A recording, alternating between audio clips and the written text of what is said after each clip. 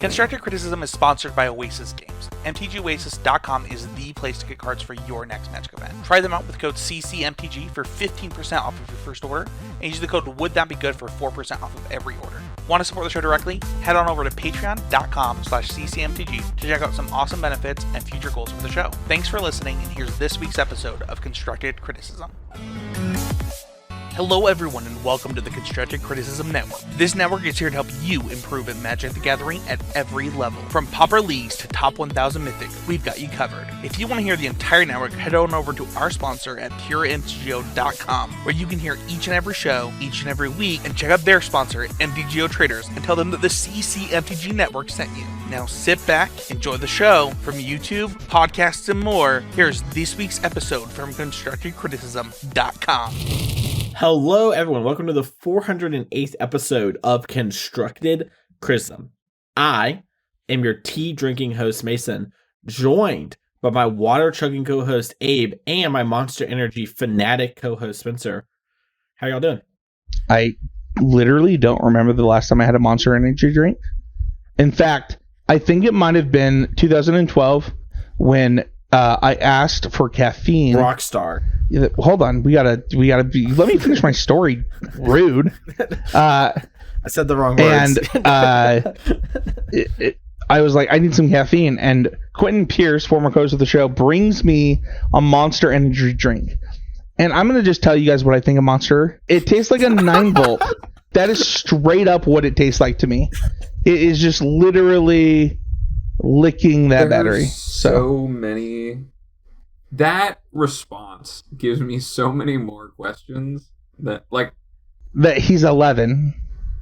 How do you know what a 9-volt tastes like? I mean, I licked a lot of them as a kid because we thought it was funny. Okay, how is that taste something you can taste on a constant basis while you're drinking something? You go lick one, and then you drink a Monster Energy drink, and you will understand. Well, I've had a Monster Energy drink, so I apparently don't need to lick any 9-volt. It's just the exact same flavor. It tastes like your mouth is feeling electrocuted. It's gross. I am a 0-calorie orange and lemonade Rockstar recovery guy, but thank you, Mason. I love water. So, Mason, you nailed it. Also, this is water. Wow, what an excursion. I said the wrong word. Sounds like, I know you drink orange Rockstar all the time. Oh, that's this one. That's right here. Yeah. Well, hey, it's all about Modern today on this week's episode of Constructed Criticism. We're going to all talk about Modern. We're going to break it down. We had a bunch of results from this week, and we're going to go over those. But first, we're going to do Always Improving, because that is the main point of the show. And Spencer, you're up first this week. So what is your Always Improving moment?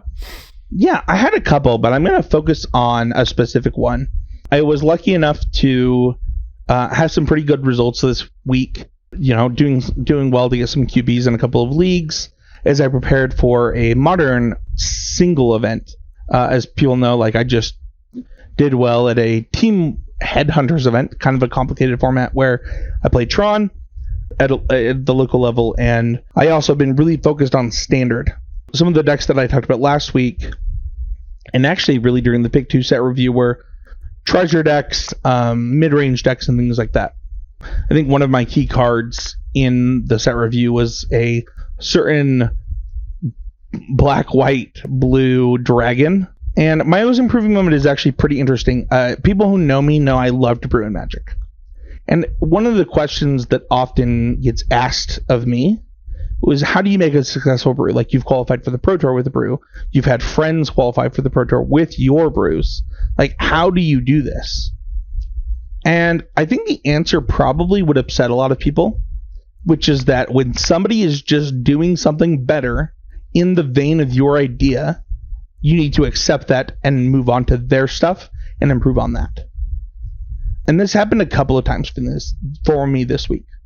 One of them was with Esper midrange and green-red treasures in Standard, and I'll go over those two really quickly. No matter if you're on the Esper Planeswalker quote-unquote deck or the Esper aggressive mid-range slanted deck in Standard, I think that is clearly the best deck in Standard. And I think that the ways to combat that, whether it's... I think white's the best color in Standard right now. I think that happens when the best card in Standard is white, right? When you look at the Wandering Emperor. I think the second best card in Standard is actually probably Wedding Announcement. I know that might be a hot take, but that is what I believe is the second best card in Standard. I think that from there, you just naturally end up with things like Mardu and Esper, and maybe Naya eventually being some of the best decks. So I did a deck tech on Jund midrange this week. In fact, I was actually in the Discord with Abe. We were actually streaming together. I think you were even playing Esper at the time, Abe. I was talking about how like the Jund midrange deck that I was playing was doing really well, but I had started losing to the more and more Esper decks that came up. And right then, I actually played against Zan's green-red deck, and on the call while we were streaming in the Discord, I was like, this is better than everything I'm doing in mid-range. I need to switch my stuff up. I think that's pretty key when you're a deck builder, is just to be like, this person had a better idea than me. That also, for what it's worth, goes into picking decks and formats. Well, I'm a brewer in things like Standard, right? And in some cases, like Modern. I think that Modern is one of those, like, metagame formats. And for me, this week, I was like, I just want to play the best deck that I think will do well at a local event. Ended up on Murktide. I think it's the best deck in Modern. I don't think it's close. And I think that, like, there are decks that do well at certain spaces of Magic. And one of those spaces is in these, like, local level cash tournaments or, like, PTQs. And there are decks that will let you leverage your skill up until somebody's better than you. And at that point, they become 50-50 decks. And those decks are the really good decks in Magic. So for me, it was like, well, I think the two decks that let me do that are 4-color and Murktide. I don't want to play 4-color because I don't want to go to time. And so I'm going to play Murktide. And it worked out really well. And I think that for a lot of people, they expect me to play Tron because it's a deck that just like, you know, it's a big mana deck. Spencer likes big mana decks. But it was like, I don't really need to do that. I think that you're going to play into my counter spells at bad times. I'm going to play my 1-drops correctly. And I think that these two moments of improving collide into one specific thing, which is like, don't force bad stuff. And I think that's the always improving moment. It's important to like not have any sacred cows. Am I right, Hammer Time guy? There are no sacred cows in Hammer. Mem Knight's gone. He's out of here. People told me I had Hammer Time too high on my tier list that I posted, Dave. And I was like, no. Still top tier. I have so many words, but we can save that for the main time. I was to say, we'll get to it. So my always improving moment kind of weirdly works in some Spencer's thing. But basically, I wanted to like play a bunch of weird decks this last week. I like played in bed. I was pretty sick. And I ended up brewing a deck that was like this Jess guy, like Blink. I posted on Twitter. It's very weird. It has like 7 combos in it. And I was like trying really hard to make it work. And I was trying really hard not to play Wrenn and 6. And then I was just like, I just put Wrenn and 6 and Oath of Nissa in my deck. My mana is actually playable. I have like way stronger cards and I can like actually play a game. The always improving moment was just like, stop trying so hard all the time and just do the stuff that's good. And it's like, I think I already kind of knew, but it was good to get reinforced. And then I took that same thing and applied it to the Explore challenge this past weekend on Arena, where I'm sure a bunch of you played it, but basically it was like, you pay 2,000 gold, you play, you win a bunch of packs if you do well. And I just did that playing the various sacrifice decks, a bunch of Rakdos sacrifice, little Jund, and then a little adventures for fun. And, you know, it's just like, it's funny because I say, like, you know, do the good stuff or whatever, but, like, in that format, Omnath's there, which I had forgotten about. And it was like, oh, my God, I'm not playing Omnath, you know? It's funny because, like, it feels like, I didn't look at the Pioneer results, but people had been talking about that card making a comeback in Pioneer because of Explorer. Do you feel like that's going to happen? A little bit. The removal is much worse than Explorer. It is, like, actively very hard to remove an Omnath in a way that I think is true for Pioneer as well, but a little less true, if that makes sense. Like there are a lot of decks in Explorer. Why is it easier to remove in Pioneer than something like Winota? Well, I think Rending Volley has a lot to do with it. Okay. Yeah. There's just a lot more 1-mana answer cards, and they see more play too, because the threats in that format are things like Thing in the Ice, and Winota, while being a shared threat, You don't have things like Running Glove you can play. So there are things like Red Cat Melee that you can play. Raven Feelment is a good one that like all the sacrifice decks play that because of your Sharn, and like Winota as well. And so there are things like that. My experience with playing Explorer has been a lot of like mass removal and then hate cards for Winota. And so the hate cards for Winota, while they're good against Omnath, like as the adventure deck, they don't line up very well anywhere else. If you have Raven Feelment, it hits Omnath but nothing else. If you have Red Cat Melee, you got, Bone Crusher Giant in this, and that's it. And your deck's also like a Lucky Clover deck, and it's just the formats are very different despite being the same format. They're kind of like, if you've watched the Marvel Cinematic Universe, it's kind of like that, where it's like they are the same things, but they are different. This has happened a few times in Magic's history. People have taken X thing from one format and been like, wait, can't we do this in other format? While I'm hearing whispers of Omnath being unexplored in Pioneer, I'll be interested to see if that's true, because the cross hate is important, and so much cross hate is color dependent that it makes Omnath a lot worse. Also, Aether Gust is way better right now in Pioneer. So like it's one of those things too where it's like the green deck's really good, so there's a lot of Aether Gust running around. So but that's all in that. Well, I'm sure we'll talk about that a different time. No one's been able to play an Omnath on Arena for like 2 years. Yeah, so it might also be overrepresented. They're like, yo, let's go. Well, I think it's underrepresented. I think people just forgot about Omnath. Mason's even saying he forgot about it, and like everyone's playing these sack decks. But when I saw that, I know the deck he's talking about is like a Lucky Clover, Innkeeper, like traditional adventures deck, the deck that like broke Omnath Uro standard. Like that deck, just run that back with all the Explorer cards that you can. Yeah, that looked like something wild. That was something out of like Nightmares Past. Well, what's funny is that people... I was going to say, I played it and it was very good. Just like it was in Standard, unless your opponent is playing those like Spirits or Red decks, or like those hyper-condensed decks that are part of Pioneer that have some flaws, or part of Explorer, sorry. You actually just beat all the It's so hard to keep a track. I agree, dude. What's funny is that the reverse also happened, where people were really expecting Fires of Invention to take over Explorer because of the decrease in cards. But actually what happened is it got more hated out because of the streamlining of things. Fires of Invention is actually somehow better in Pioneer than it is in Explorer. You would expect the reverse, right? And this Explorer deck that's kind of like mid-ish tier, this like Omnath deck, and it's obviously not the one that Mason's talking about, right? Because Mason's talking about like the Adventures version. But I actually think that the other thing is true, where like just the card Omnath has boosted itself in Explorer. It's interesting because I think that the two will reflect each other. People will find ways to improve upon the two formats as we go along.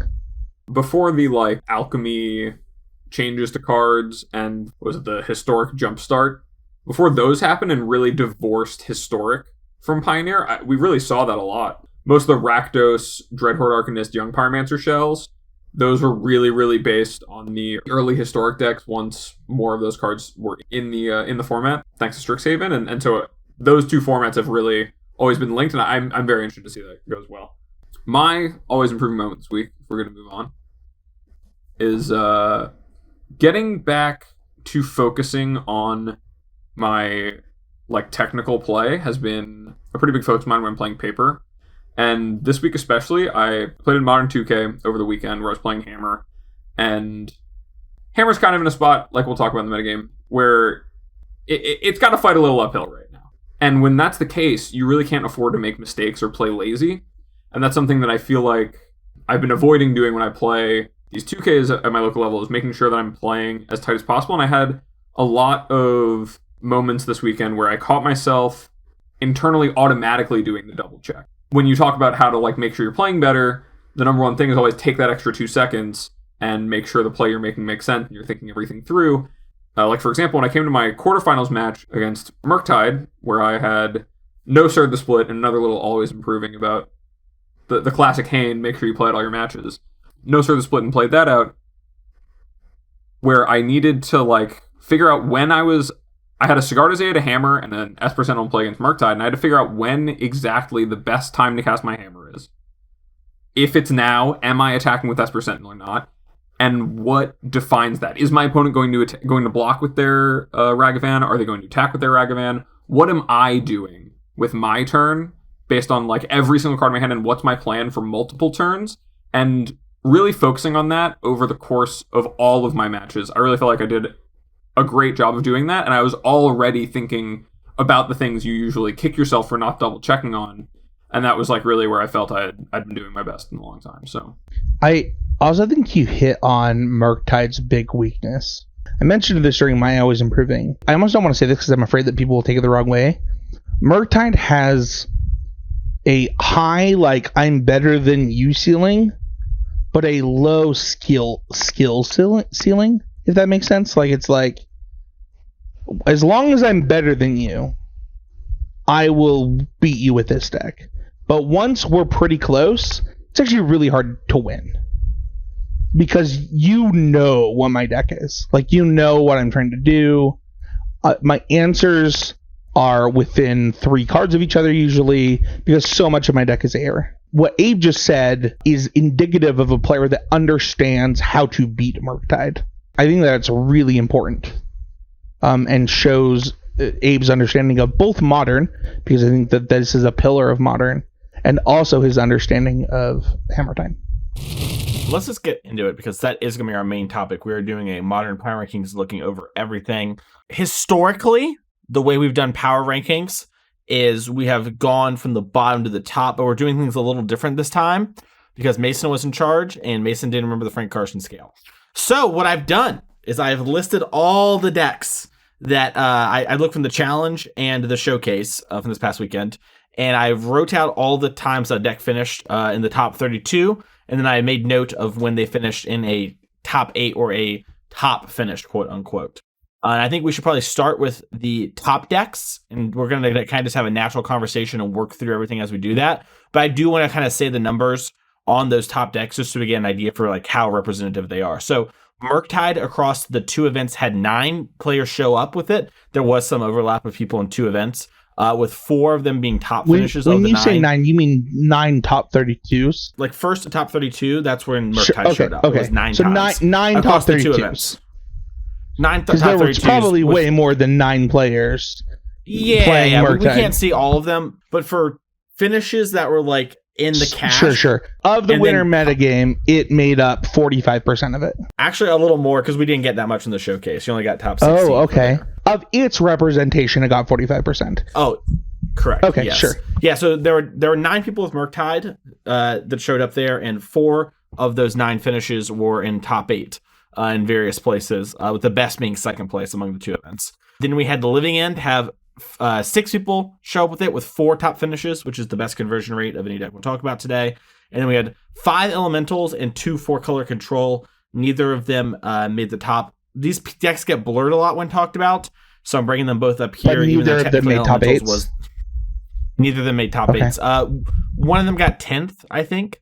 I wrote down the 9th place finishes because 9th place is often up for a breakdown of matchup things. So one of the 9th places was Vivian Combo, which we'll talk about here in a little bit, because they played my deck list, and then, they took my deck list and changed it, and then Amulet got 9th as well.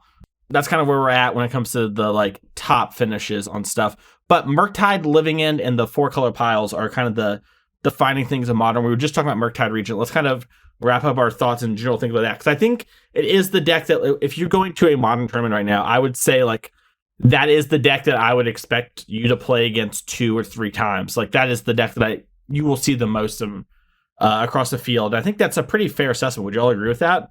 I have an over an 80% win percentage with this deck, between MTGO and paper. And I think that what I'm saying is true. Like, I was losing to players that clearly had an understanding of the matchup, and then crushing players that did not. And I don't know if that's like, because I think I was saying this in our group chat with some of the former co-hosts with Mason, but like, I'm pretty new to Modern. Like, I'd say that I'm like 30 matches into Murktide. What did I do? Like 7-3 to challenge or something? I don't even remember what it was. It's not that big. It was 5-3 to challenge with Tron, and then went undefeated with Tron. Like, I have not played this much Modern. But I think Murktide is like both the level 0 deck, but also the best deck. The question that it puts on the format is a real question. But I also don't think it's the only question that is put on the format. And you said something really interesting earlier in the show, it might have been the pre-show, Abe, which is that you believe that Hammer Time was good against both 4-color and Murktide. I think it's bad against 4-color and really good against Murktide. Oh man, I actually think it's bad against Murktide. So I'm really interested in your perspective there. The arena of ideas begin. No. I have not lost to it yet, but it's only like I'm only like 3-0 in the matchup, so like I could easily be wrong. Murktide asks a question, but also has this like I don't really know how to explain it other than skill there, like a skill gap problem. Here's what I'll say Yeah, about go Murktide, ahead. because I think I kind of get where you're coming from, and I think maybe my perspective might be like what you're trying to get to as well.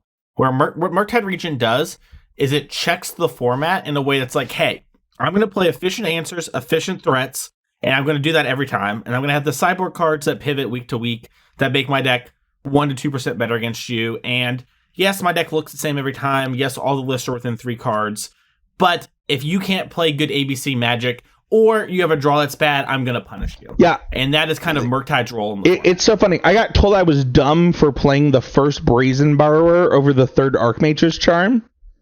And I was like, no. Like, they're the same card in so many spots, but one of them kills my opponent way faster. It's kind of like this thing of Murktide does exactly what Mason just said. It focuses in on being efficient and asking you to either, can you deal with this 1-drop? Okay. Can you deal with this 1-drop? Okay. Can you deal with this 8-drop on turn 4?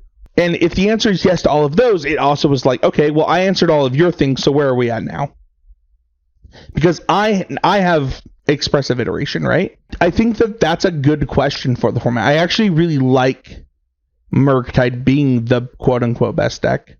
I know that people don't like hearing that I think that that's the best deck, but I think it is, and I think that it's a good question that is being asked, and I also think that like it has a really good foil in 4-color, whether it's the Elementals version, whether it's the Control version. I hope it's not the Ragavan version, but I do think that the question that it asks is easily answered by another part of the format, and that also puts a different question on the format, and I really like that. So, Abe, you're pretty pro Hammer as being good against Murktide. Can you kind of explain why that is and why you think that? When it comes to, specifically the Hammer versus Murktide matchup, it kind of helps to start from understanding like why Murktide is good, which we've explained, right? It has these efficient answers and these efficient threats. All of its cards are very efficient, and because it has the permission aspect and the card advantage aspect, it will be able to play long games.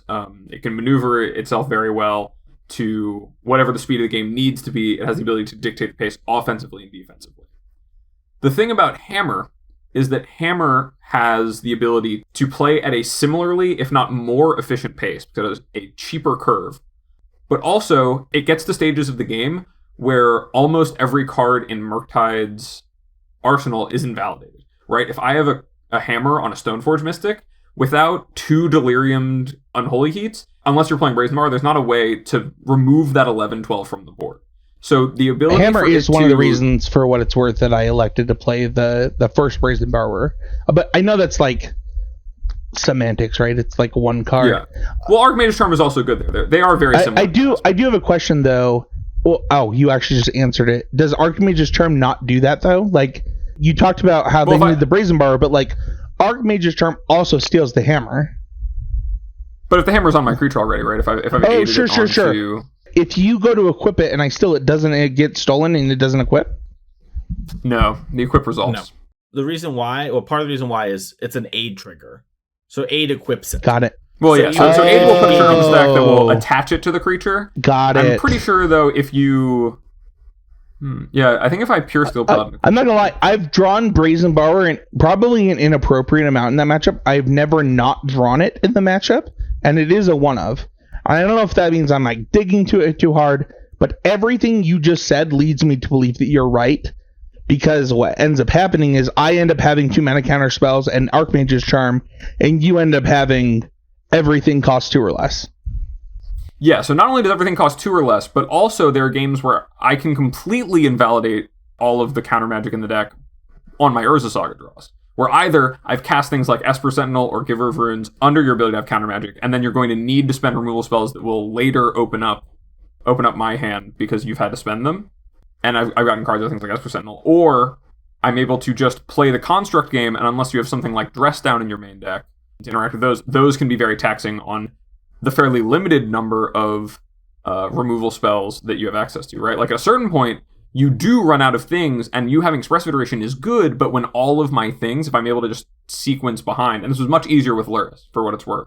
If I can sequence behind to have my last thing be another equipped threat, unless you have exactly Murktide Region in play already, you can wind up very far behind the 8-ball. And in the post-board games, it feels a lot better because of the fact that, there have been times where Murktide's sideboard has been more oriented towards the Hammer matchup, where they've had things like Alpine Moon because Urza Saga decks were very good, and Tron was very prevalent, or they've had Little hint, multiple copies of Engineer Explosives, or... That's true now, by the way. I also have always had multiple copies. I want to ask a question, but I also want to pitch it to Mason, because I feel like he's been quiet during the segment, because it's mostly us. My question is there a version of Hammer Time that you love? And 2, is there things that you think that version could get hated out by? It was really funny. I was listening to Arena deck lists, and they clearly were a lot lower on Hammer Time than we have been as a podcast. And I don't know if that's because of myself and Matt playing the deck because of Abe, and Abe being on the show, but like, I thought that was legitimately like the number 1 or number 2 deck with Luris. So like, hearing their take on the deck was really weird for me. Even going after the Luris ban, I thought that they lost very little from Luris being banned. And I think that the more I've played Modern, the more that has played out to be true.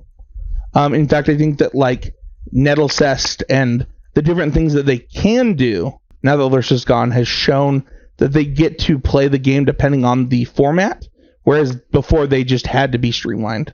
Before they got to be streamlined. Like, they have to do these things now to keep up week to week, but before, it was a very, very solid, like, Luris 75. And I think that the deck's definitely gotten weaker, but it has certainly...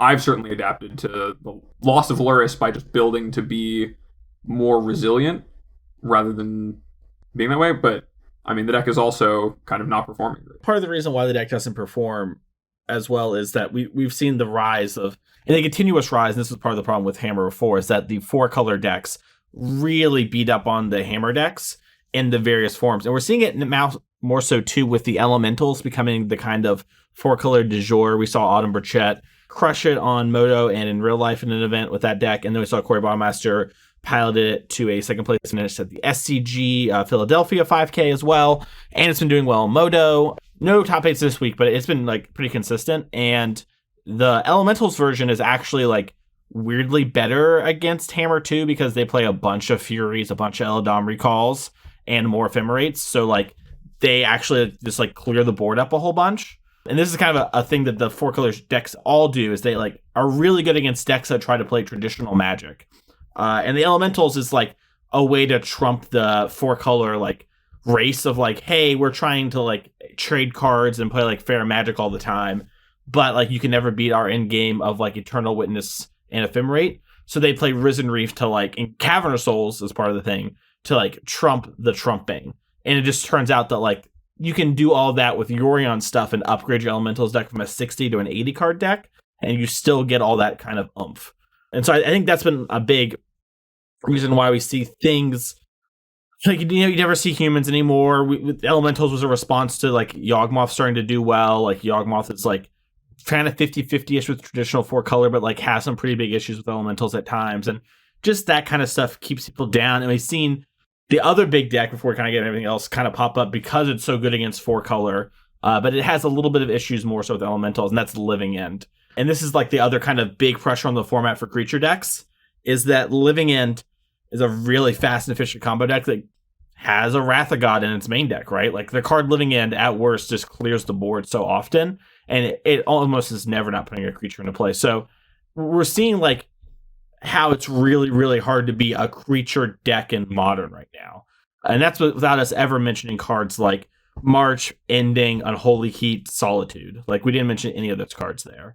And they're all just like these huge players. So I think it's really hard for a deck like Hammer to exist, even though I do think it has some good matchups with like if you look at Murktide by the numbers, you should like probably play Hammer because Murktide's like a good matchup for you or whatever. And there's some other like pretty reasonable to good matchups here outside of 4-color in the top decks. But being a creature deck is just so hard right now. It's really funny you say that, Mason, about the Elementals versus 4-color in the Hammer matchup. I personally feel like Elementals is easier to beat than traditional 4-color as Hammer because my sideboard cards can line up better against them. Their draws are a little more fragile, and often their card advantage built around Risen Reef, and their overall answers, despite them having more copies of the pitch spells, and specifically the pitch elementals, they're a lot easier to work through.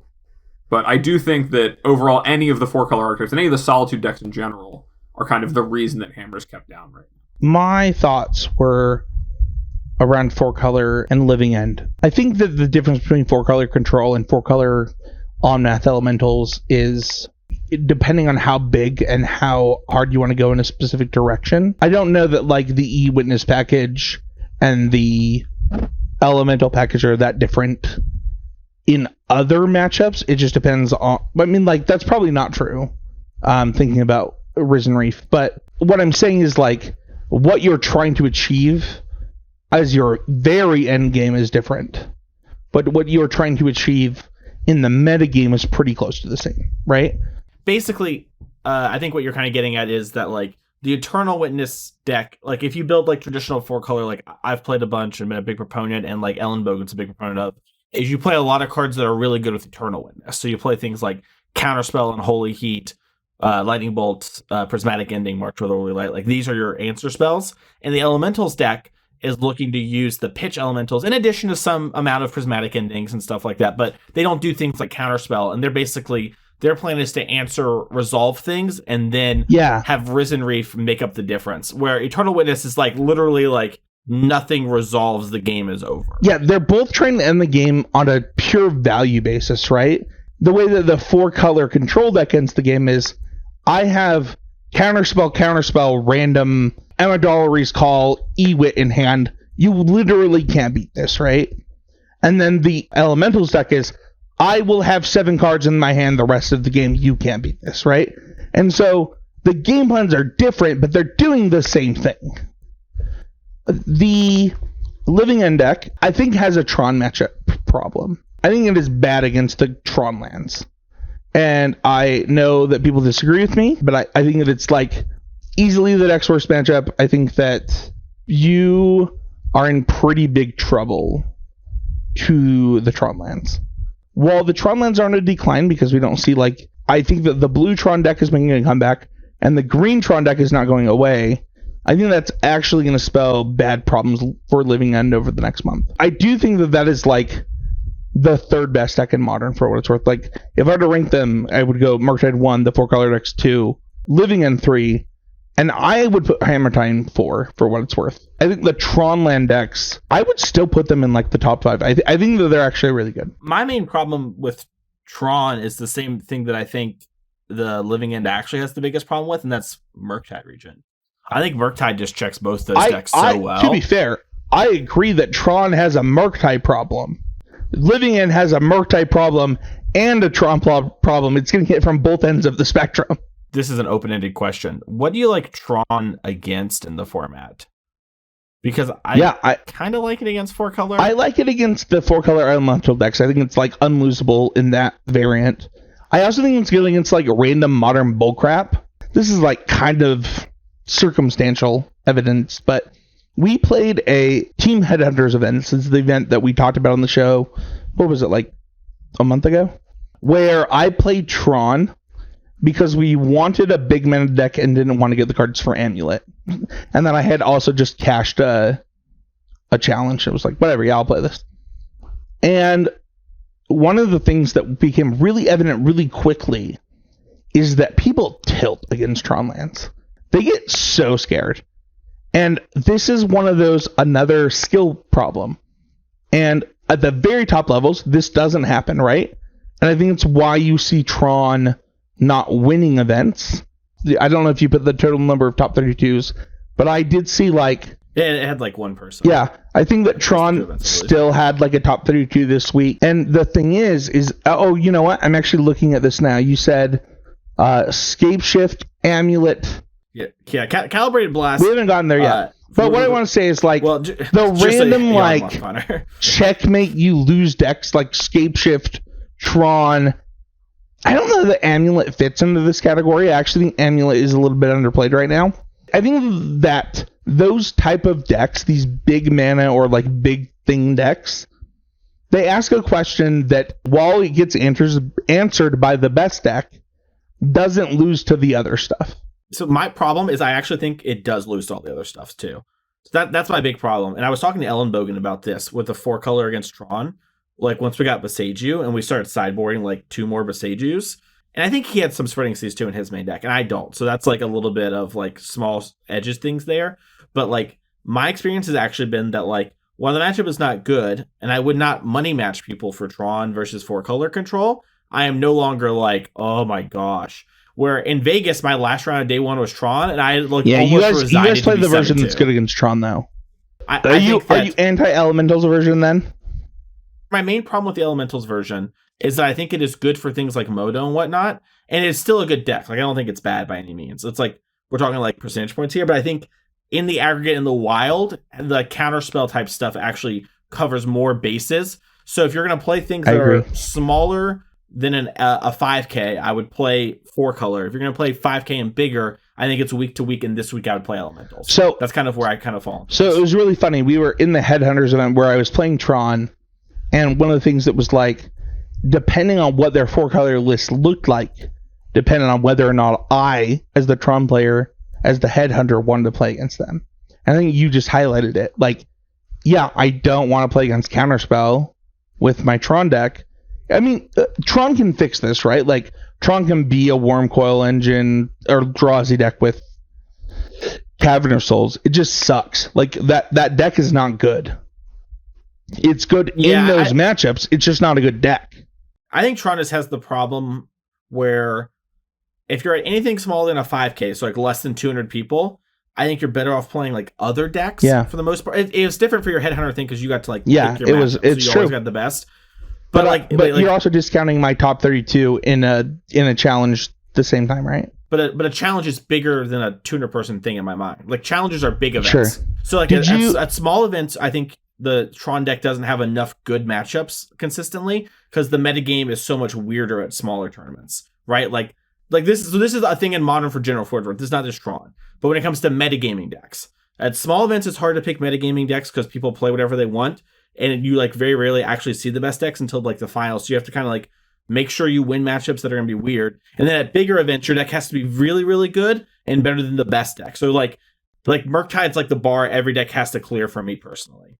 So that's all I was going to say. And I think this next deck that I really want to cover, which is Affinity, does that sort of thing where it clears is there a reason to play me over Murktide versus a lot of things? And Affinity does that where Affinity had 6 finishes across the 2 events, and 3 of them were top 8 finishes. I think including a second place for the showcase.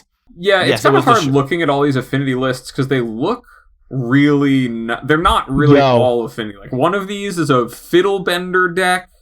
The Fiddlebender deck is weird, but I didn't know where else to put it except Affinity because it like is similar. Like, the deck from the showcase was just, Frogmites, Mirror Enforcers, many artifacts, make things cheap.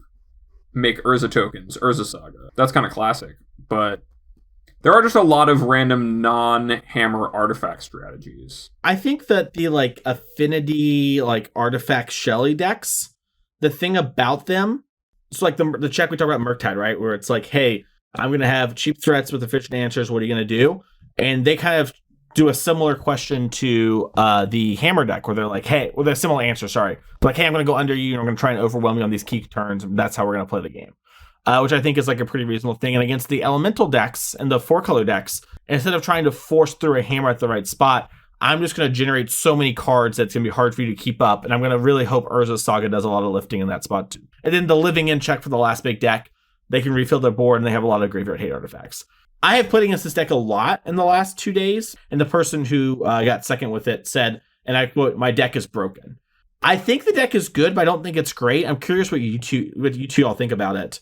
Because I do think it clears the bar of like, good enough to consider, but I don't know if it's the choice. I think Logan Utah Grinder Clinton listens to the show. His Drunk at a Bar deck is Affinity with Craterhoof Behemoth and Neoform. And that deck actually top 8'd the 1K that we were just at. Not 1K, almost 2K. I don't know how good the like Neoform, Craterhoof with your Affinity stuff is, but like I have played against this Affinity deck in every format where this BS Affinity for draw 7 bull crap, whatever deck is legal. I think that Affinity is back. I think that while they lost Mox Opal, I think that the draw creature flying BS is really good.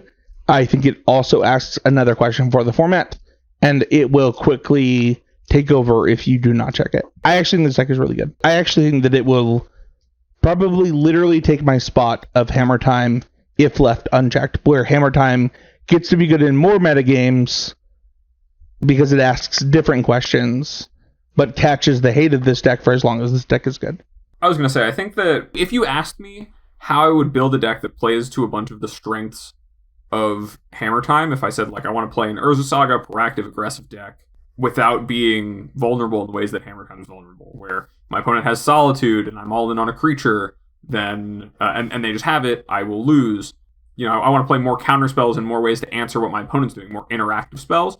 This seems like a pretty natural way for the Esper Sentinel, cheap artifact creature, Springleaf Drum kind of start to go. There's a lot I don't love you say about like the way it's that not this the original way it was, by the way, Abe. Well, no, I'm saying like this deck, if you look at it, right, it's like teasing you. I'm sorry.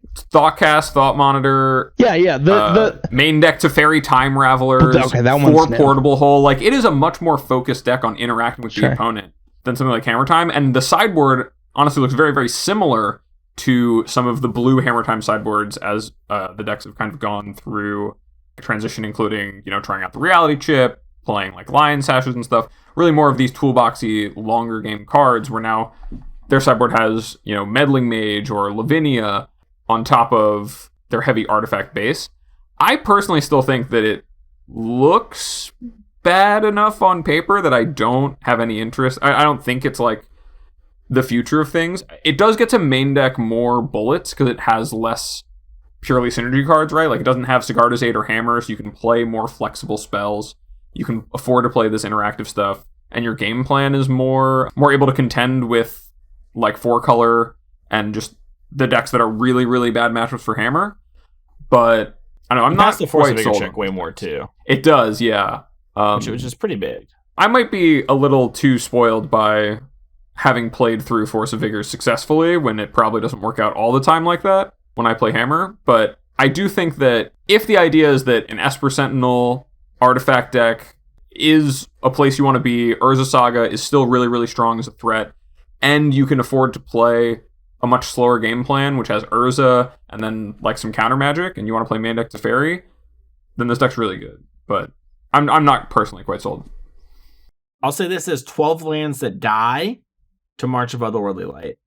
And I have taken some people to Stone Rain Town. Spencer, what about you before we move on to Rhinos? Oh, man. We can do that first. Well, can I? I have a warning about Rhinos, though. Is it that I'm going to go off? Well, so here's the thing. Every podcast has their weak spot, Like Arena deck list, they're always telling you, hey, play a Squadron Hawk. Sure, I love you, Jerry, but come on. It's not real. Sure. We are not going to tell you to play the Rhinos deck. We all anti-Rhinos? It's just not going to happen. Well, I think we all hate Rhinos. I can play Rhinos so I can farm you. That's how I feel about it. Hold on. I will do Rhinos first. I want some validation after I go off about this, because there's something that I was right about. It's such a good line. It's so good. Sorry, I had to get it's fine. I think it's time this It's fine. You go, Spencer. I'm going to mute while I laugh. If there's a human being that should love Temur Rhinos, they are literally sitting in this chair. There should not be a person that you know that would love that deck more. And when the deck came out, I tweeted about it. I was like, this is the greatest thing to ever happen to any format in the history of mankind. The deck is bad. You should not play it. It's actually like legitimately a bad deck. I think that it has no good matchups. I mean, actually none. Your cards have good matchups, but your deck has none. And I think that's a bad place for a deck to be. I want to talk about blue-white after this, but that is all I will say. This is what I'll say about the Rhinos deck. Is the Rhinos deck consistently trades card advantage for tempo at every point. It plays Gemstone Caverns in some number, and sometimes even sideboards them, so like they can try and get a hit on you. And it like tries to use things like Force of Vigor or Force of Negation to like make up for the fact that its threats aren't very good. But basically, the deck comes down to, can you beat 8 power twice? And if you can, the deck has a really, really hard time winning. Like, I've watched a lot of games where you just activate Urza Saga, you grab a Shadow Spear, and you equip, and they eventually answer it, but it bought enough time that things stabilize. You play a 5/5 Murktide Regent, and like, they, go for the second one, and you counterspell, and now they've got to like find their dead gone to answer the Murktide Regent. That happens so, like, you play a 5/5 Murktide Regent, and the game goes on for like 6 more turns. They never attack again, and then die on turn like 11 of that. That is so common. And they theoretically can beat like everything I've presented to you. Like, they have Brazen Borrower, they have like the Forces, they have all these sort of things. But their cards are just, I think, not good enough. And I think Blood Moon isn't a good enough card right now, which is actually a big selling point of this deck. And so I'm pretty much... I have a question for you, Abe. Because I think the biggest get for this deck is Fire Ice. The deck getting that card propelled it. It was like, oh yeah, like this deck is good now. Is Fire Ice enough to keep this in the echelon that people think it's in? I was pretty harsh there earlier when I said you should play Rhinos so I can beat you up. Because the deck does have some really, really strong positions in the metagame where Blood Moon's really good. And we saw that recently where 4-color had not quite adapted to its full-on Boseiju plans. The mana base was really weak to it. A lot of decks were just Sepulchral Blood Moon. Amulet Titan was all over the place. And people weren't playing as many Teferi Time Raveler decks. So this deck actually was in a good spot for a weekend and has been performing really well. But that time is over. Everyone's adapted. Rhinos is not having its moment in the sun anymore. And you should not play it. Your interactive spells are either 2-for-1ing yourself for immediacy, or your interactive spells are overcosted in a format where everything is defined by efficiency of interaction, right? Like, the reason 4-color is so good is because it has the ways to catch up and still use cards for the free spell. I actually have a really key point to what you just said. You talked about how you get to play on 2 sides, right? You either believe that the format is not about value, or you believe it's so much not about value that you don't even care about value and you 2-for-1 yourself. And the problem is that the format is about value.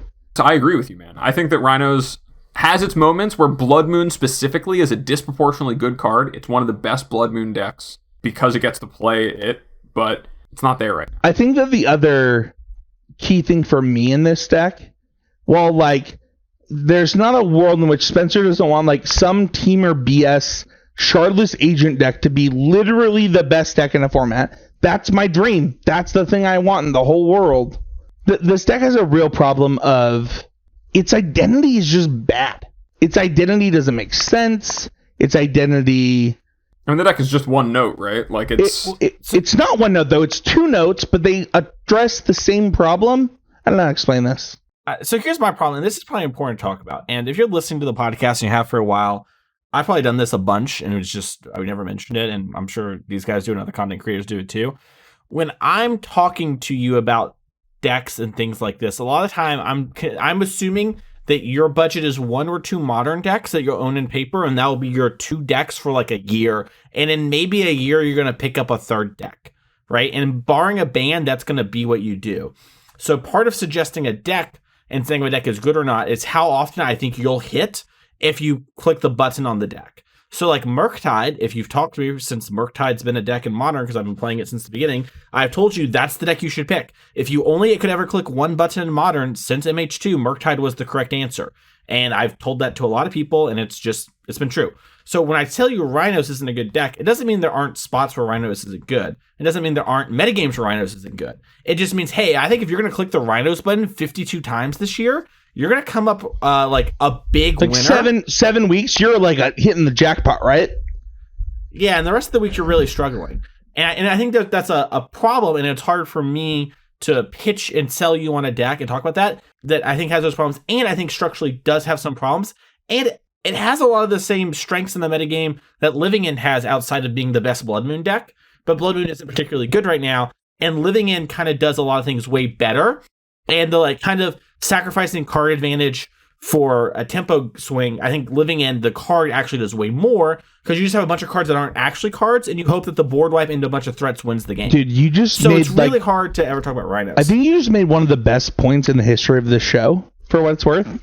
And I love that you were like hesitant to do it. Rhinos is a lot like Old Affinity or Old Dredge. And like, when it's good, it's obviously really good. If it's not about value and it's about just countering and killing stuff and then having, some 4/4s in place, obviously this is the best deck in those weeks. And in the spots where that's true, it's the best deck. The problem is that that's not where Modern is at right now. If 7 of the 52 weeks that's true, and you played it every week, you were wrong like, 83% of the time or something? That's just like math in my head, but like, that's really bad. But that doesn't mean that you're wrong for picking it when you think it's right and hitting. Just like Dredge and Affinity were. That's just the type of deck this is. And we, as people like me who want this deck to be good, have to accept that. And the longer you hold on to how good it was 6 months ago, the longer it will be bad. You have to let go and pick it up when it's right. You can't pick it up any other time. Before we hop into Blue White, because I do want to talk about it too, I know you mentioned it. The deck that kind of falls similarly to this for me personally is Burn next, which had 3 appearances but had 2 top 8s across the 2 events. I think Burn is in a similar spot about like picking your spots in the metagame. So this is a hotly debated thing that I actually like. I don't get a lot of weird Twitter DMs about matchup stuff except for this, which is, what do you think wins the matchup, Burn or Money Pile?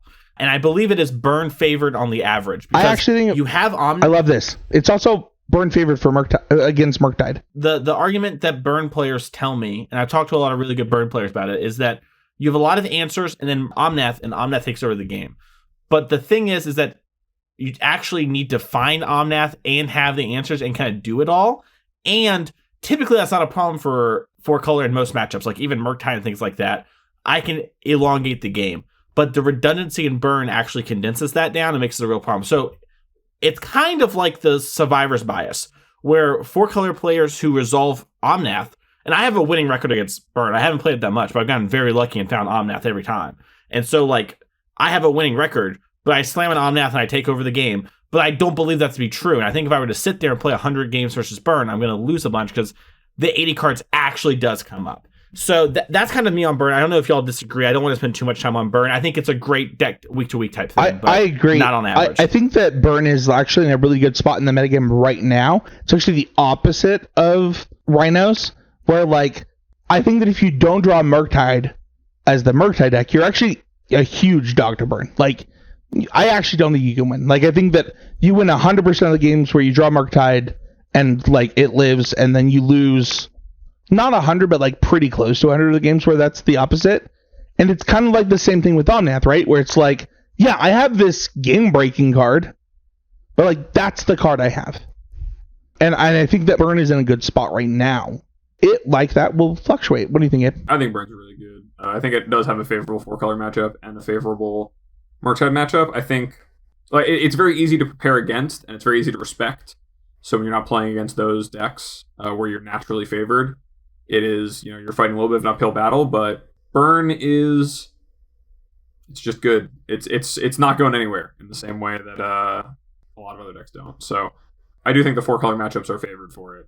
You have to do a lot of work, I think, to swing that, and like the 4 Eladom recall, and then like playing like 3 or 4 core Firewalkers is like it good things you against? can do, but that's a lot of space. Sorry, Mason. Is it good against No, you're the Living End deck too?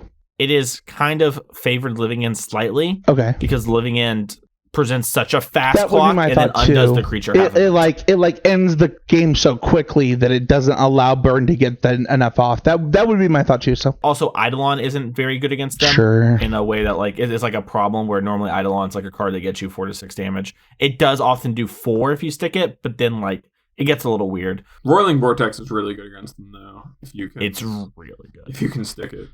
That card was really impressive for me when I watched. My friend was playing Burn at the 2K we played, and he also made top 8. And I mean, not only do you have to play Burn at a really high level right now to compete with decks with Omnath in it, but that card specifically was putting in a lot of work in all the matches I watched of his. You guys might have just convinced me. I mean, you guys being me included, we might have just convinced me to play Burn this Saturday at Oasis Games, for what it's worth. Hot take: play Murktide. Burns too much squeeze. That's almost like a murky take, Mason. Sure. Some listeners are going to think Burns really easy. And I think Burns It's really hard. And so, yeah. Anyways, let's talk about Blue-White Control. It's a sweet deck. It won the Sunday Challenge, which is super cool. And the thing that like this Blue-White Control deck does that is a little different than the other things of past is we're back to Snapcaster Mage, which has been a recent like, hey, let's pick back up on Snapcaster Mage. Life Great's deck great. And it just plays some like Planeswalkers, but doesn't have any Shark Typhoons. We've kind of moved away from that sort of stuff, which makes a lot of sense.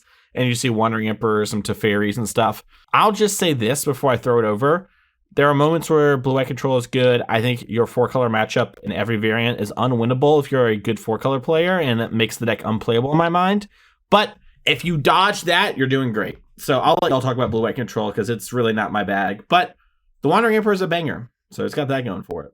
The list that won the challenge is actually 74 of 75 of Wafotapa's deck from the day before in the Showcase Challenge. The one change being the challenge player played 1 fewer Memory Deluge and 1 more Fire Ice.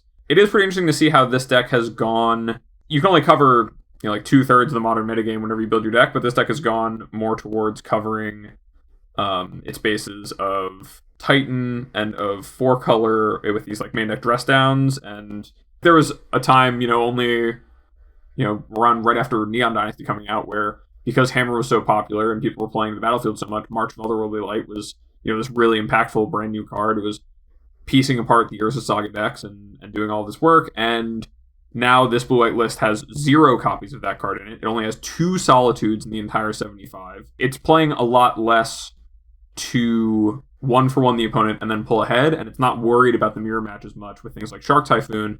It's been really interesting to see how that's changed. Not to talk about Hammer the whole podcast, even though I love the deck and play a bunch. I think that changes like this are kind of indicative of Hammer's ability to rise in position in the metagame, because even the control decks are building less to consider it. And that's really the biggest thing that I've noticed. I mean, Wafatapa wins all the time with Blue-White online, and his lists are very solid. I think Fire Ice being able to interact with the board more and these dress downs and fewer Solitudes are kind of indicative of fighting a different fight now. I specifically want to talk about the list that won. I know that this has been happening since we recorded that podcast, but I really love the 75 versus, 95? There are a few reasons why, and I'll talk about those. First of all, like Snapcaster Solitude being your only creatures, dress down, the numbers make so much sense in this deck. We're calling this Blue-White. We have a really great Crumble to Dust in the sideboard. We have 3 Fire Ice in the main. It's like Blue-White R, right? Like little r is really what's happening here. I think this is the best Blue-White deck since like GP Detroit, like years and years ago. I think that Mason makes a really good point that you have a Blue-White or a 4-color problem with Blue-White. I would say that if people are going to continue to move the direction of elementals, that will be less true.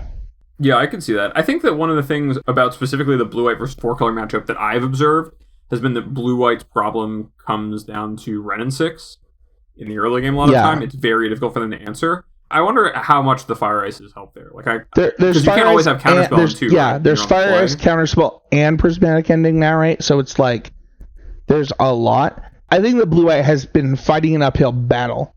In fact, when I started getting into Modern, Mason actually recommended it was either blue white. It wasn't blue white Tron, was it? It was blue white Urza Saga. What was the blue white deck you were recommending to me? Was it blue white? It was Hammer. No. It was blue No, it was a blue white control deck that I didn't like. That played. Oh, it was the Chalice of the Void. Chalice of the Void one. Thank you. Yeah. Back during. Yeah, and I was like, this deck is bad. I don't want to play this. This deck makes sense, and there's a reason that it makes sense to me. One, leveraging strong planeswalkers is something that the blue decks do better than other decks.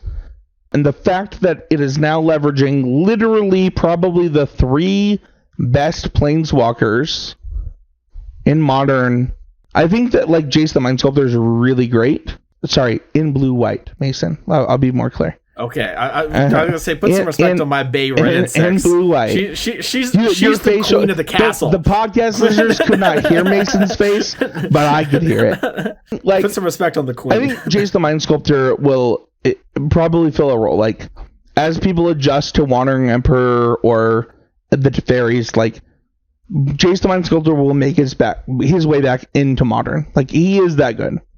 But right now, this Planeswalker package makes a lot of sense. And because it makes a lot of sense, I think the deck is good. And I also think because you're not playing Yorion, it makes the deck better. The dance that I was doing, if you're watching the video, is I think that control decks are better as 60-card decks than Yorion decks. Yeah, there's just no point in being a Yorion deck in Modern because you actually have to have this stuff on time, and you should just be 4-color at that point. I think there's not a reason to be a blue-white Yorion deck. I think there is a reason to be a 4-color Yorion deck, which is your point.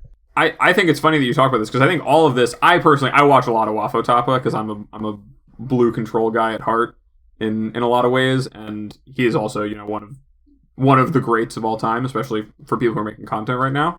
It's funny you talked in just what you said about multiple different iterations of just his own work. Of like he was the one who started by playing chalices in his deck, and you were like, I don't really vibe with that. But then during that time period, he also went through a phase where blue-white Yorion control became better because his blue-white control deck was so popular online. And he himself, the reason that we don't see that anymore is because Wafo was like, I played with it. I think 60's better, man. And then that was it. That was done. The king's verdict came down upon the land, and no more blue-white guys put a Yorion in their sideboard. I won't lie to the listeners. When I asked the question on this podcast, I had watched a Wafo stream.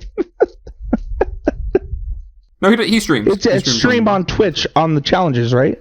Yeah, I think that's. He streams challenges. He streams during the week. It was challenges. He streams all the time. The 80 cards in the format like Modern is just not tenable for that deck right now. As long as 4 colors a thing, it's weird. I don't know. We can get into this for. We can't. We can't go too deep. Can we give a shout outs to a couple decks? I want to cover some of these decks, but I want to quickly go over the Vivian deck because, well, the person who got 9th in the thing tweeted at me and said, like, hey, I took your Gruul list from your article and I threw the combo in there.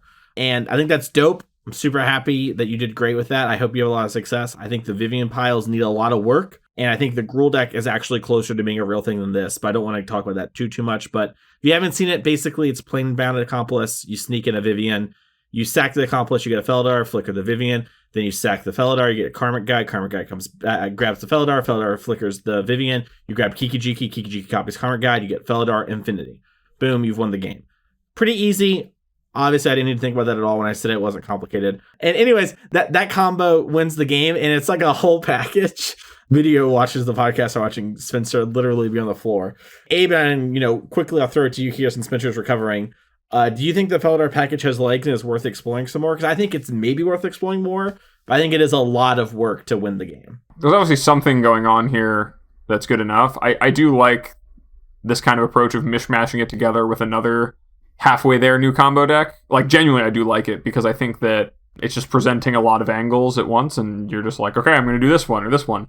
And I think that overall, we talked a little bit, we mentioned it, that Uncalibrated Blast had a good weekend. It just feels cemented that 4-color is never going to not be one of the best 2 decks to be playing on a given weekend. If that remains the case, then finding the right kind of combo deck that, obviously does enough to get through and just go over the top of this inevitability that the 4-color decks have. See it done with big mana. We see it done with things like Uncalibrated Blast that just circumvent that whole equation. That decks like this, if they get the refinement in, if it all comes together, they have very real legs. And, this wasn't the only person who succeeded with that. I think there was one other deck that placed that was also using the combo. And so, it might be like 6-8 months or so before we see more of this really start to take shape in a way that is good and like makes sense. But the fact that you really go off from resolving one 3-mana spell with another card in hand, you have 4 mana. It's kind of a Splinter Twin situation on its own, provided your opponent doesn't have that kind of interaction. So I think it's got chops. I think that if you're someone who has like a rental service and wants to, mess around and do something fun and cool, this is a great place to put your time and maybe a little bit of idle brain power if you're interested in it. So there were some other decks that had like one finish. There was one Heliod, one Yawgmoth. And I kind of want to talk about these with the Vivian combo deck because I think, and I was listening to Dominar's Judgment, which is a podcast by Ari Lax and Dom Harvey. It's really good. It's all modern all the time. And they're talking about how creature combo decks just don't really get to exist anymore because they have a really hard time fighting through the removal. And the strength of creature combo decks is typically they line up well against the removal. So then it's like, how do you beat my fair plan? Plus, like, I'm hovering this inevitability over you. And I think Solitude and Prismatic Ending, March of the Lordly Light, and Unholy Heat stops playing Walker 2 is a pretty big part of this. But like creature combo decks have a really hard time. And while I love Yawgmoth and I've been a big advocate of it, and I like wrote this whole guide for it, and I've put a lot of time into it, I do think these problems are something that needs to be overcome. There has to be some sort of new card or new way to approach the games. Like a Meathook Massacre type card that isn't actually Meathook Massacre, that plays in a similar way, but is a totally different angle of attack. I think is really needed. And I think the Vivian, Yawg, and Heliod deck have this problem and have it in spades. And so that makes it really hard for me to be like pro those decks when just getting a creature to stick on the board is really hard.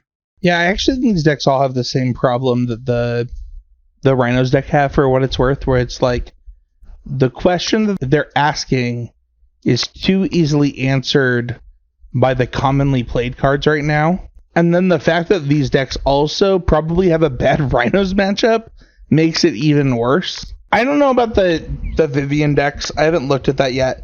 One of the things that was really powerful about like things like to go boomer on you guys is like the pod decks, right? Is that they had hard to answer threats. I'm gonna say something really, really controversial. I think that Modern Horizons might have been good for Modern. I think Modern is my favorite format. The Last Standings and Modern Horizons have maybe made this the best format in Magic. And I think the reason why is because the answers have caught up because of it. And the threats, while good and while must answers exist, are in line with the answers now. That makes decks like Pod a lot worse. Like any creature combo deck. I was also thinking about bringing up kind of my hottest take about Modern, which is that the pitch spells are finally at their peak. I feel like it was kind of, people talked about how, we had the Force Cycle and that was like obviously really powerful. Now we have the pitch elementals and those will obviously be powerful too. To the point where some people were like, these are way too good. How could you print like things like Solitude are really oppressive? I don't think they're quite oppressive. I think they're here to stay and they are doing their job. But we're really seeing what that does to a format, and to see the way that answers that cost mana have to keep up with that, like Unholy Heat, like you said, and Mason, answering Planeswalkers is so good. The way that games are kind of about value, because then you're able to either cast your Solitude or evoke your Solitude and not pay the cost of going down cards. That has kind of become the rules of the format. And we even see like Living End is even hard for creature decks, because it is a deck that is inherently about not allowing itself to get beat by the efficient removal and answers of the format. It will be able to combo on your turn so that it can force of negation your counterspell for its combo. If you're a creature deck or if you're a control deck, it will be able to play all of these pitch spells. Grief to clear the way with its random blue-black cycling creature. All of these things add up to a format where decks like this do have a hard time thriving. You can't assemble a Melira, a Kitchen Finks and a Viscera Seer anymore. That's not something you could ever conceive of doing in the current Modern format unless you're playing against a deck that had the speed to just not care about that, right? Like, a deck like Hammer only gets to exist because it really only needs to be unchecked for 2 turns, sometimes only 1 with an Inkmoth Nexus or with the incidental damage it's able to deal.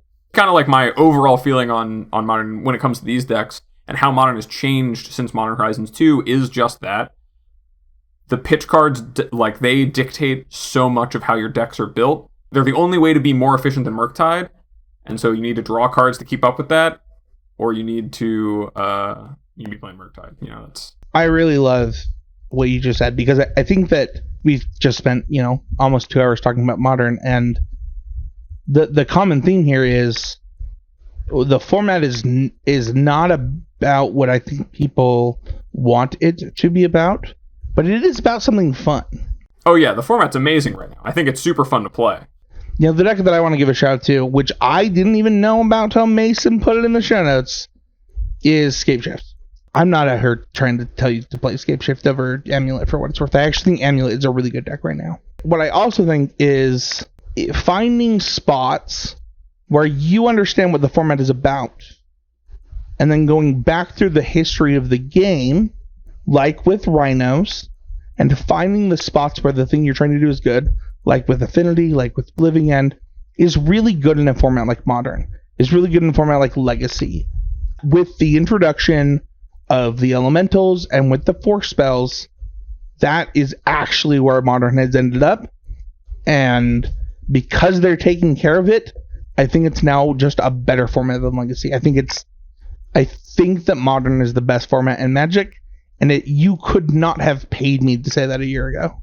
I think that's going to do it for us on Modern this week, but I am going to leave us with the last deck that Top 8 Challenge we didn't talk about. That's Tameshi Combo deck. I think the Tameshi Combo deck is great, amazing.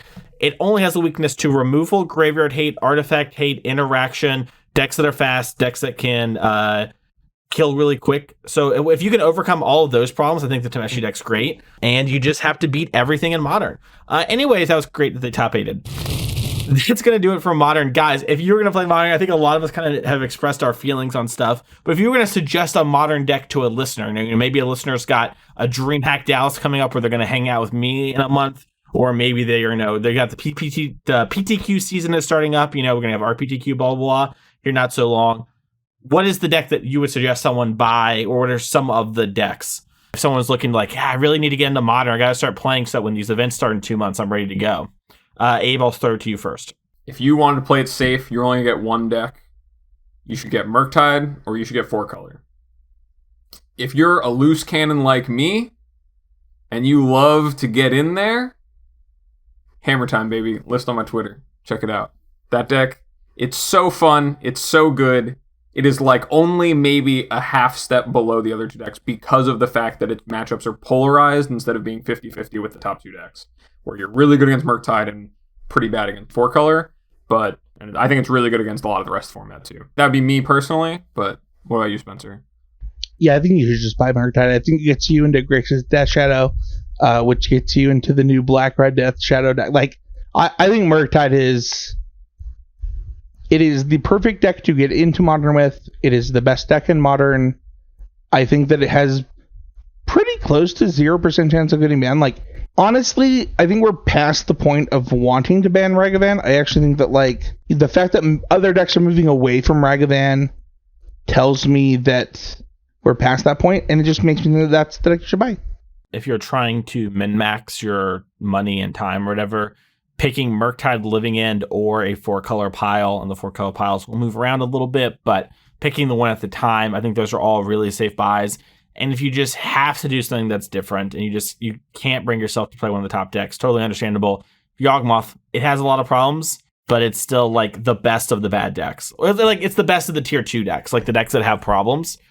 So that's where I'm at. I would say that if you were going to pick a number 2 deck, I would just buy Mono Greentron. It's never going to get banned. It has longevity. You're at worst going to be a 2.5 deck. I don't know. I think that one is also really cheap still, somehow. Or you can become a Burn Master. Burn. No, don't do that. You should not play Burn. That deck's really hard. I know that everybody at your local event. Become a Master. Put yourself to work. Dedicate yourself to a craft. I think that there's a lot of people Tron's only that $600. believe that about themselves, that it's not true about though. Yeah, I'm looking at Goldfish here. The thing I like about Yogg, by the way, is that the time you get in, you get out a lot, and people just haven't figured it out yet. But in reality, if you want to do something that's like off the beaten path, it should just be blue Living End and not Murktide or Four Color. Because the Living End deck is really, really good, and people just never play the right hate for it. Dude, I actually think, for what it's worth, dredge decks are hot right now. Like, I actually think they're really good. Endurance, your turn. Just kidding. Hey, by the way, Jund, just bad Murktide. All right, let's move on to the Patreon question of the week. If you want to support the show, you can go to patreon.com/ccmtg. It's a way to support the show. Show will always be free, but it's a way to get back. This week's question comes from Andrew. He says, when you can't play games, how do you go about learning a deck? How do you approach this? Do you do guides, streams, etc.? I feel like we've covered this in an episode, or maybe we talked about doing it. It's been doing it for so long, it's all kind of a blur in my head. But the main thing I'll say is, if you're trying to learn a deck and you can't play for whatever reason, like you don't have the cards yet, or you just don't have the time, you should just watch Modern. Ideally, somebody playing your deck, regardless of how good or bad their build or whatever it is, just get as much secondary reps as you can. And if you can't do that, just be watching something so you get an idea about what other decks are trying to do. But you should just be devouring content as much as you can. When I was in college and also playing all of the SCGs, the thing I would do if I was ever audibling decks, or like when they announced Pioneer, was I would go find a streamer that I had faith in and knew, and I could trust that their decisions made sense, and I would watch with like 2x speed all of their VODs of them playing the deck, watch the games play out, examine them. If I disagreed with something, pause and think about what they were thinking, listen to what they say. Really get what you can out of the content you can. We also have the episode on playing games in your head, and that might be helpful too, just envisioning the things that might come up with the deck that you're considering getting into. What about you, Spencer? I was going to suggest listening to playing games in your head. So I think that there is something key here. When you can't play games to learn a deck, how do you approach it? I want to know what your goal is. If you literally don't have the time to play games, do you feel like your skill level is at a point where you can achieve your goal without playing any games? If it is, that's awesome. For me, there are lots of times where my skill level is not there. I thought Murktide had a high skill variance going into it, or skill ceiling. And while the skill ceiling was lower, I thought my skill ceiling and understanding with the deck was actually higher than I expected. I know that is kind of confusing, but I would say that like there is a lot you can learn from watching streams, watching VODs. Honestly, I would probably watch deck techs and matchup guides before ever watching somebody play the deck. And the reason is because I think that if you are at the position where you think your skill is high enough, your intuition is probably better than learning sequencing from somebody else. And thus, that you should just learn what they think the matchup is about rather than watching the match. So it's a little bit disagreeing with my co-hosts, but I also would say that you should not play a deck on 0 reps unless your skill is indicative of that. So you're saying I shouldn't have only played one league before Vegas? I would 100% say that. I also think that you are talking crap on yourself there, and you should have better self-talk there, buddy. When I say watch a stream, I'm basically making you shortcut the play the games in your head thing, right? Because instead of having to envision scenarios, you have the scenario, and then you don't have to actually keep watching. You can think about how things. I actually disagree with what you're saying, because I think watching a deck guide or like a deck tech where they explain what they think the matchup is about, and then going to bed and like, I don't know about other people, maybe this is just like a Spencer thing, but like if I watch a deck guide and then I go to bed, I then just start playing games in my head in the matchups that were talked about. And I find that more valuable than watching a stream and then doing the same thing, because I feel like my brain will go to the situations they were at in the stream rather than building my own while I'm in bed. So I guess my question is, mine doesn't detract from yours, right? Like mine is a thing to do. It does for me. I'm not saying it does for other people. I'm saying for me. Sure. Okay. For me, because I can only answer this from my point of view, I would just default to. I actually have this problem when I stream, for what it's worth, where like I'll replay the games in my head while I'm in bed. So like, but if I watch a deck guide, this actually happens a lot when I watch Smash videos, and I like watch a Smash video before bed, where I will think about the thing that they said was important in the matchup. Hope that was helpful, Andrew, and to the listeners as well. It's always a way to support the show. The show will always be free. Spencer, what we got on the YouTube comments this week? Well, this was a thing that was set a few weeks ago. Explorers Talk starts at, and then it says when. We will have, moving forward, timestamps that tell you when specific segments start in the show notes so that you can just click right there. Honestly, I love these comments. I did this on somebody's Magic video recently where they spent 20 minutes. And I watched the 20 minutes because I kept thinking it was going to start before they rendered their cards from Mana Traders, which you can use using code 62 in single. If you want to find the show and you elect all of this sort of stuff, you might want to check out the other shows on the network. We have Drafting Archetype with Sam Black. Streets of Capenna seems to be a very popular limited format. Sam Black goes over the different archetypes in that. And I haven't actually gotten to listen to the most recent episode, but I'm sure that Sam is going in deep into weird ways to draft the different families. No, he does not do that. He specifically he hasn't gone deep yet? No, he specifically does the opposite because that's that format. Well, I am behind on the new Capenna since he's actually played with the cards. I haven't listened. I've only heard the pre-play stuff. Man. Should I spoil it for Mason Ape? No, I refuse. Yo, draft ban. Can you draft before you listen? Well, I've already drafted twice. I've drafted a green-white X both times. You've got good. Good job, Mason. You're great. You're a great player. It's a format where oh no, my deck's all creatures and combat tricks. What did I do wrong? Is actually the right thing. This is yours. That's the kind of Magic I want to play. I don't want to take away from Sam's podcast. I think it's great. You should draft band colors. That's it. I can't wait to see how he breaks that paradigm, though. I think if there's anyone who's going to have it, he'll be the one, right? He'll be the one that like and I'm really excited forces himself into it because of the way his show works. So I think it's good for this format. I agree with you, Abe. Clear the Mind deck, inbound that format's position. So stay tuned for Drafting Archetypes. You want to also check out Common Knowledge. It is a all popper all the time podcast. My sponsor, Mana Traders, who we gave the little silly plug to a second ago, is doing Popper this month. It's a 15K. So you're going to want to check out Common Knowledge because they're going to be covering that format in depth. And with the new Baldur's Gate Commander set coming out, Popper might break again. We had Abe's mind is breaking thinking about the last Commander Legends that went into Popper. It's 30 days away, so get excited. We have a new cards coming for that format exclusively, so I'm going to check out those guys over there. Abe, if someone wants to find you having a breakdown about the Popper metagame, where can they go? They can find me at the Baldur's Gate or at my Twitter, More Nothings, where you can find me, doing stuff.